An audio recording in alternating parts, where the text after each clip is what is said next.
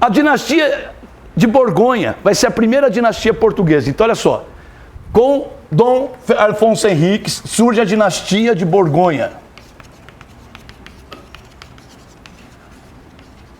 Dinastia de Borgonha, pessoal, ela começa então com Dom Afonso Henriques, mais ou menos no ano de 1139, quando ele consolida, né? Ou seja, ele fala, agora eu vou tomar conta de Portugal. Lembrando, esse cara começou a governar Portugal com 19 anos. Ele assumiu no lugar da mãe dele. A mãe dele, o pai morre, ele era filho único, e ele tomou o poder da mãe dele. Destruiu a mãe dele. Matou a mãe dele. E a dinastia de Borgonha, pessoal, ela vai até 1383. Por que 1383? Olha só que legal. Exatamente no ano de 1383, morre Dom Fernando. E o Dom Fernando, pessoal, morre e não deixa um herdeiro varão. Ou seja, ele não tinha filhos homens. A única filha que ele tinha era uma moça, uma menina, chamada Dona Beatriz, a Bia. Pessoal, Dona Beatriz pode governar o país? Beatriz pode governar o país? Não, por que que não? Porque ela é o quê? Mulher. Ah, mas mulher não podia governar, professor? Claro que não. Por quê? Primeiro, mulher. Segundo, ela é frágil. Terceiro, era muito branquinha, parecia um palmito albino a menina. Pessoal, então olha só, não tem como Beatriz governar. Problema sério, porque Beatriz está em vias de se casar. Nossa, casar com quem? Com um cara da Espanha. Pessoal, tem um cara da Espanha que se engraçou pro lado dela, trocar no Face. Ela até colocou lá num relacionamento sério.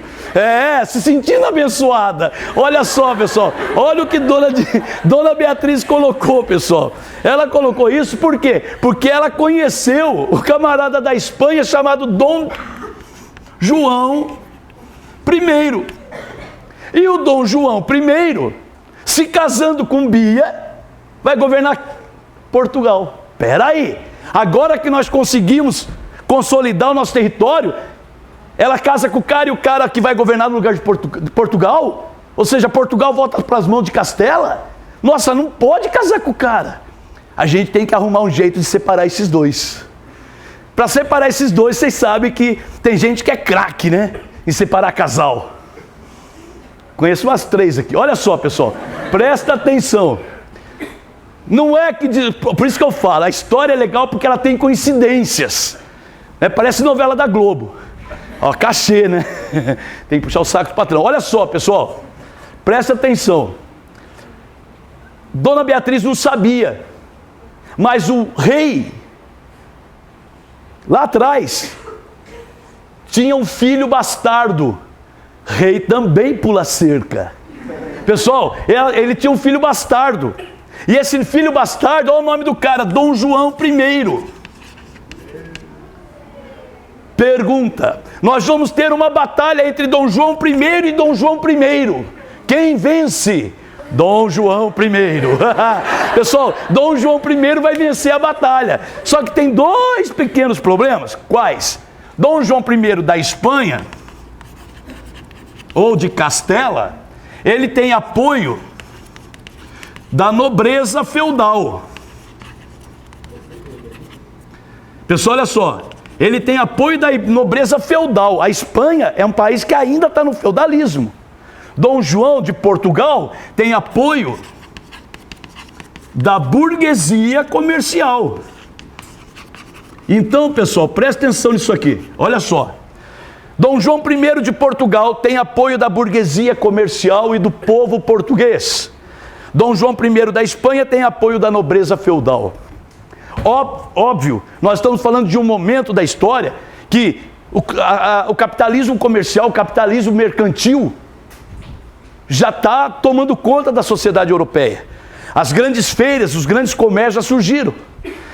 Então seria óbvio que entre a modernidade, burguesia, e o tradicional, nobreza, qual que seria melhor para vencer essa batalha? Claro que é Dom João I de Portugal. Dois problemas. Se esse cara vence essa batalha, Portugal volta a ser feudal e volta para as mãos de quem? Do reino de Castela, ou para a Espanha. Se o Dom João de Portugal vence, consolida ainda mais o poder desse pedacinho de chão. Olha só o que acontece. Batalha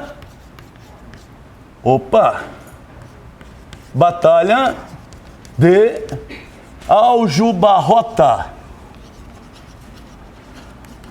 Pessoal, a Batalha de Aljubarrota, 1383, tem como motivo a reconquista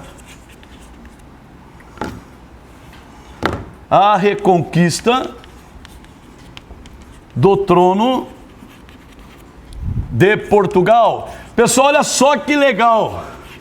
Nessa batalha de Aljubarrota de 1383, vence Dom João I de Portugal. E Dom João I passa a ser chamado de mestre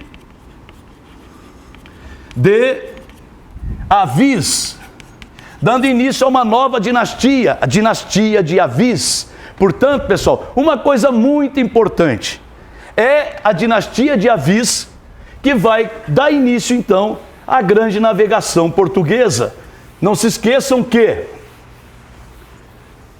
Portugal é o primeiro país europeu a consolidar o seu poder e transformar o território num Estado moderno absolutista, e ao mesmo tempo vai ser o primeiro país a dar início ao quê? A navegação marítima, certo? Entendendo? Ótimo. Vamos lá. Pessoal, começa aqui então o que? A dinastia de Avis. A dinastia de Avis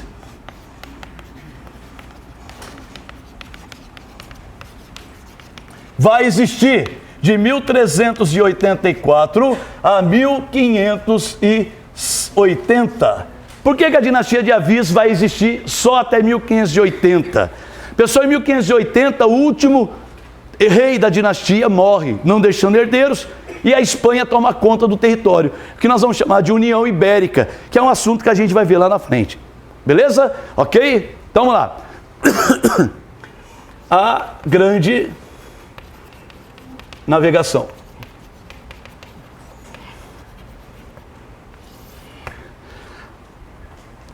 Pessoal, para começar a navegar, para um país começar a navegar, qualquer um poderia começar a sair pelo mar afora?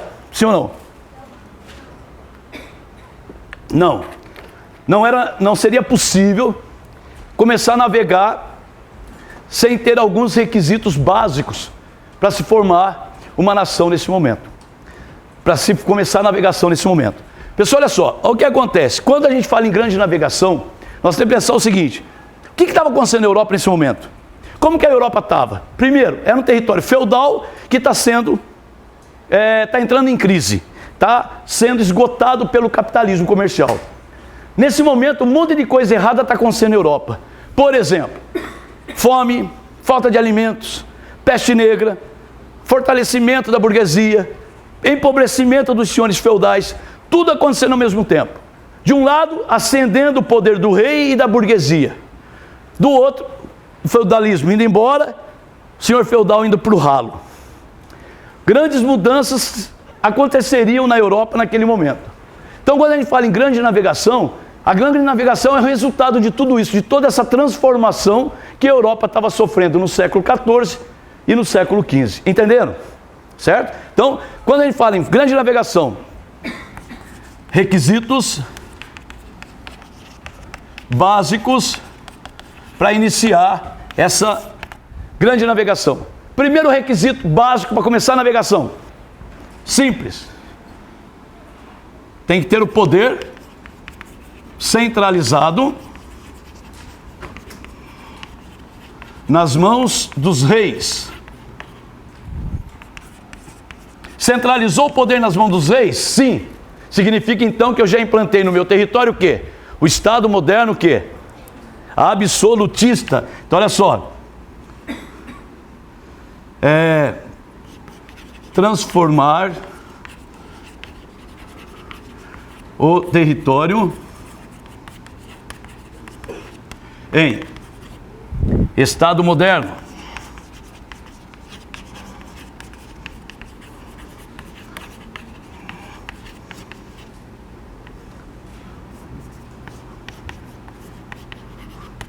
Pessoal, o Estado moderno absolutista significa que uma classe social está emergindo, uma classe social está nascendo, ela está começando a ter força. Que classe social é essa?